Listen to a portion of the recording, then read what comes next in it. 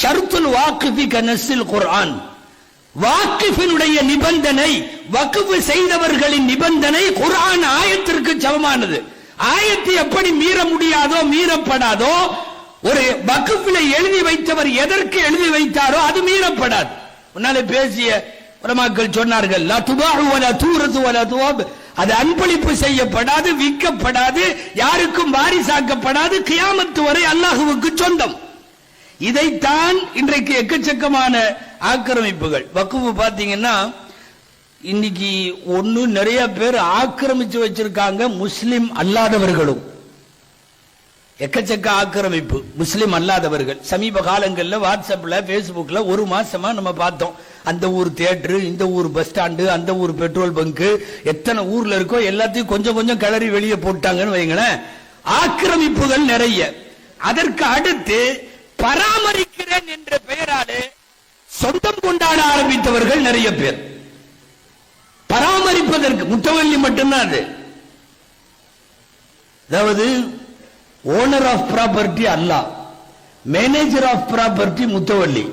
அவர் மேலாண்மை தான் செய்ய வேண்டும், மேனேஜ்மெண்ட் தான் செய்ய வேண்டும்.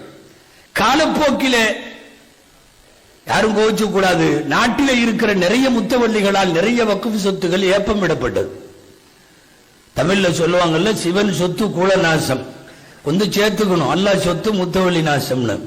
நிறைய அப்படியும் ஆக்கிரமிக்கப்பட்டு நிறைய போய்விட்டது. தவறாக நினைக்க வேண்டாம். கொஞ்சம் வக்ஃபுகள் இன்னைக்கும் இருக்குது. அந்த கொஞ்சம் வக்ஃபுகளே 10,000 கோடி. அதையெல்லாம் பாதுகாப்பதற்காகத்தான் இன்றைக்கு அதை எப்பாடுபட்டேனும் காப்பாற்றி விட வேண்டும் என்பதற்காகத்தான் நாம் போராடுகிறோம். இதை தாண்டி வந்தீங்கன்னா தனியார் ஆக்கிரமிப்பு நிறைய. முன்னால பேசுறவங்க சொன்ன மாதிரி பள்ளிவாசல் கடைகள் இங்கிருந்து இதுவரை, இதுக்கு அந்த பக்கம் பூரா வாடகை 40,000, இதுக்கு இந்த பக்கம் பூரா 40,000. திடீர்னு பள்ளத்துக்குள்ள இறங்கி 4,000. பள்ளி கடை ஆரம்பிச்சு பள்ளி கடை முடிகிற வரைக்கும் 4,000. அதுக்கு அப்புறமும் இப்புறமும் எல்லாம் 40,000.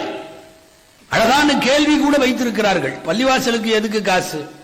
என்ன தேவையோ அதை வாங்கிக்க, பேங்க்ல சேர்த்து வைக்கிற அளவுக்கு பள்ளிவாசலுக்கு எதுக்கு என்று வாடகை கொடுக்காத வக்கணைதாரர்கள் பேசுவதை பார்க்கிறோம். இப்ப என்னன்னா தனியார் ஆக்கிரமிப்பு, அந்த சொத்து இந்த சொத்து எல்லாம் தாண்டி இப்ப அரசும் ஆக்கிரமிப்பதற்கு வருகிறது.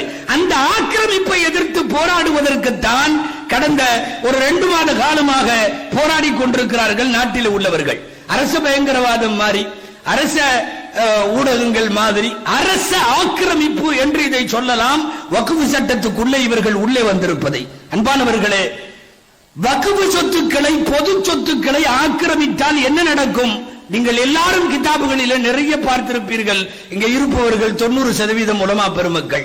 வாதியுல் குராவிலே ஹைபரிலே இருந்து திரும்பி வருகிற போது இந்த சஹாபி ரிஃபாஆ ரலியல்லாஹு தஆலா அன்ஹு அவர்கள் ஏதோ ஒரு சின்னதாய் அவருக்கு திடீரென்று அம்பு வந்து மேல விழுந்து அவருக்கு தூபா லிஷஹாதா, ஷஹீதாகிவிட்ட அந்த நண்பருக்கு வாழ்த்துகிறோம் எல்லா சஹாபாக்களும் அவர்களுக்கு வாழ்த்து சொன்ன போது நபி ஸல்லல்லாஹு அலைஹி வஸல்லம் சொன்னார்கள், பையை திறந்து பாருங்கள், பொது சொத்திலே திருடப்பட்ட ஒரு போர்வை இருக்கிறது, அது அவரை நரகத்திற்கு கொண்டு போய் சேர்க்கும். இதை சொல்லிக் கொண்டிருக்கிற போதே ஒரு பெல்ட் மாதிரி ஒன்ன கொண்டு வந்து ஒருத்தர் வைத்து விட்டார் முன்னால, ஸல்லல்லாஹு அலைஹி வஸல்லத்துக்கு முன்னாடி. இதை நான் எடுத்தேன்னார். இது பெல்ட் அல்ல, நரகத்தினுடைய வார் என்று சொன்னார்கள் நபி ஸல்லல்லாஹு அலைஹி வஸல்லம். ஒரே ஒரு ஜுப்பாவை திருடி வைத்ததற்காக வேண்டி அவர் நரகத்திலே கொழுந்து விட்டு எரிவார் என்று சொன்ன அறிவிப்பு சஹீஹுல் புகாரியில் அப்துல்லாஹ் இப்னு அம்ர் ரலியல்லாஹு அன்ஹு அறிவிக்கிறார்கள். இப்படி நிறைய அறிவிப்பு. ஜனாசா தொழ வைக்க மாட்டேன் என்று நபிகள் ஸல்லல்லாஹு அலைஹி வஸல்லம் மறுத்த ஜனாசாக்களின் வரிசையில் யூதர்களுக்கான கயிறு இருந்தது. ஒரு கயிறு, அறிவிப்பாளர் சொல்லுகிறார் 2 திர்ஹத்துக்கு கூட மதிப்பு பெறாது அந்த கயிறு. அதுவெல்லாம் ஆக்கிரமிப்பின் காரணமாக அழிவை இட்டு செல்லும் என்று பெருமானார் ஸல்லல்லாஹு அலைஹி வஸல்லமால் சொல்லி தந்த செய்தி. அன்பானவர்களை, இன்றைக்கு நமக்கு முன்னாலே இருக்கிற மிகப்பெரிய போராட்டம் இதுதான். நான் நிறைவாய் சொல்லி முடிக்கிறேன். ரொம்ப ரொம்ப ஆபத்தானது இந்த வக்ஃபினுடைய ஒன்றிய திருத்தம் கொண்டு வந்திருக்கிற புதிய சட்ட திருத்தத்தில் 2 விஷயம் உங்களுக்கெல்லாம் தெரியும். ஒன்று, முஸ்லிம் அல்லாதவர்கள் வக்ஃப் சொத்தினுடைய அந்த ஒன்றியத்திற்குள், வாரியத்திற்குள், அதை பாதுகாக்கிற கமிட்டிக்குள் வருகிறார்கள். உச்சகட்ட ஆபத்து. 2வது ஆபத்து, ஒரு சொத்து வக்ஃபா இல்லையா என்பதை முடிவு செய்கிற அதிகாரம், டிசைடிங் அத்தாரிட்டி மாவட்ட கலெக்டர் கையில் கொடுக்கப்படுகிறது.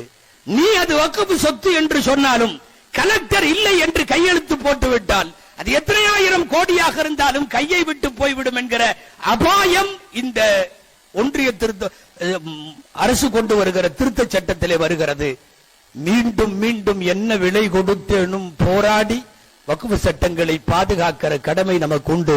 இங்கிருக்கிற உலமாக்களும் உமராக்களும் பிரார்த்தனைகள் மட்டுமல்ல, தேவைப்பட்டால் வருங்காலங்களில் களத்தில் இறங்கி போராடவும் வேண்டும்.